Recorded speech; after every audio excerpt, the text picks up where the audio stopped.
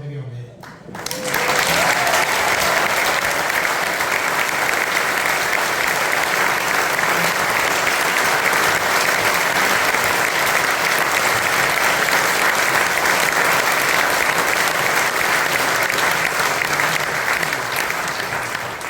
Mae Robin yn cael ei ben-blwydd am ei bythefnos, a mae'n ben-blwydd reit arbennig.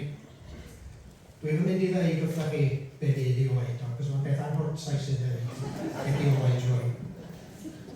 Ond, jyst gen Steddfod Rodwyfor, yn un o'r Steddfod, i ni gael o'i ben-blwydd yn ddeigian. Ac roedd Cadw Bryn yn Zurich adeg ben-blwydd Robin yn 90.